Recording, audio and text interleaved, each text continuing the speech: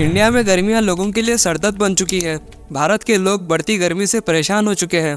India temperature के मामले में सऊदी अरेबिया, ओमान, अफ्रीका के कई देशों को पीछे छोड़ रहा है। IMD इंडिया मीटियोरोलॉजिकल डिपार्टमेंट की रिपोर्ट के हिसाब से इंडिया के कई सिटीज का टेम्परेचर 40 डिग्री सेल्सियस क्रॉस कर जाएगा। प्रेडिक्शंस के हिसाब से इंडिया इस साल सीवियर हीट वेव्स फेस करने वाला है। इस टॉपिक में आगे बढ़ने से पहले आप हीट वेव्स होते क्या है वो समझिए। हीट वेव्स बेसिकली एक अबनॉर्मल हॉट वेदर को कहा जाता है, मतलब सडन रेज ऑफ टेम्परेचर और गर्म हवाएं चलना। हीट वेव्स को लू भी कहते हैं। लेकिन हीट वेव्स का सडन राइज का कारण क्या है? इंडिया का टेम्परेचर बढ़ने के कई कारण हैं, जैसे climate change. Globally temperature raise होने का एक प्राइमरी रीजन है climate change. Greenhouse gases emission की वजह से ग्लोबली टेम्परेचर राइज होता है और इसमें इंडिया भी इंक्लूडेड है। और क्लाइमेट चेंज कोई मजाक नहीं है। इसी क्लाइमेट चेंज को लद्दाख में रोकने के लिए सोनम वांगचुक प्रोटेस्ट कर रहे हैं, लेकिन हमारी सरकार उन्हीं पर सेक्शन 144 लगाकर उन्हें रोकना चाहती है।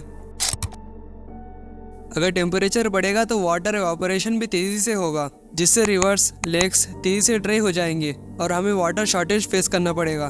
बेंगलुरु जैसी सिटीज में वाटर क्राइसिस शुरू भी हो चुके हैं, बिकॉज जिस नदी से 70% बेंगलुरु पानी इस्तेमाल करता है, आज वो ड्राई हो रही है। ग्राउंड वाटर जो 100 फीट खोदने पर भी मिल जाता था, आज वो 1800 फीट खोदने पर भी नहीं मिल रहा। और इसके पीछे का रीजन है अर्बनाइजेशन। इंडिया एक डेवलपिंग कंट्री है और इंडिया के सिटीज रैपिडली एक्सपैंड हो रहे हैं, जिससे अर्बन हीट आइसलैंड इफेक्ट हो रहा है। लेकिन ये आइसलैंड इफेक्ट होता क्या है? बेसिकली आइसलैंड इफेक्ट का मतलब है सिटीज का टेम्परेचर अपने पड़ोस के रूरल एरियाज से यानी गांव के टेम्परेचर से बढ़ जाना। लेकिन सिटीज एक्सपैंड होने से वहाँ का टेम्परेचर कैसे बढ़ रहा है? जब सिटीज में डेवलपमेंट होता है तो लैंड का यूज बढ़ जाता है, जैसे सड़कें, बिल्डिंग्स और दूसरे इंफ्रास्ट्रक्चर्स बनते चले जाते हैं और ये चीज़ें धूप को ऑब्जर्व करते हैं और गर्मी को स्टोर करते हैं, जिससे सिटीज का टेम्परेचर बढ़ जाता है।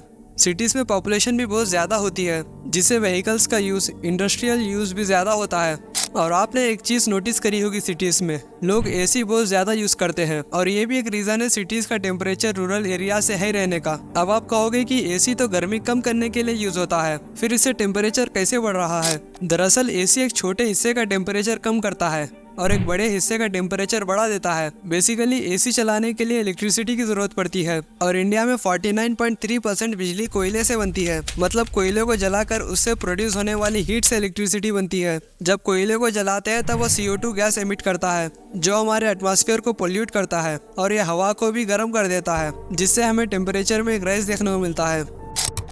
डिफॉरेस्टेशन, जंगलों को काटना एक मेन रीजन है टेम्परेचर बढ़ने का। पेड़ों को काटकर वहाँ पर फैक्ट्रीज बनाई जा रही है, सिटीज बन रही है, या पेड़ों को पेपर्स बनाने के लिए काटा जा रहा है। और ऐसा करके इंसान खुद की तबाही का कारण बनेगा, क्योंकि पेड़ हमारी जिंदगी में एक इम्पॉर्टेंट रोल प्ले करते हैं। पेड़ों से हमें ऑक्सीजन मिलता है और पेड़ हमारे अर्थ को नेचुरली कूल करते हैं। दरख्तों के पत्ते और शाखें पानी को ऑब्जर्व करते हैं और उस पानी को वेपर में कन्वर्ट करते हैं और ये वेपर एनवायरनमेंट में मॉइस्चर क्रिएट कर देता है, जिससे टेम्परेचर ठंडा रहता है। पेड़ों की वजह से सनलाइट डायरेक्ट जमीन पर नहीं गिरती। सनलाइट डायरेक्ट जमीन पर ना गिरने की वजह से भी टेम्परेचर कम होता है। लेकिन आज हमारी गवर्नमेंट हसदेव जंगल के 98,000 पेड़ों को काटने जा रही है। हर साल पूरी दुनिया में 15 बिलियन ट्रीज को काटा जाता है और हर दिन 41 मिलियन ट्रीज काटे जाते हैं। अब एनवायरनमेंट की परवाह किए बगैर हम ऐसे ही पेड़ काटते रहे तो हीट वेव्स तो ऐसे ही बढ़ेंगे।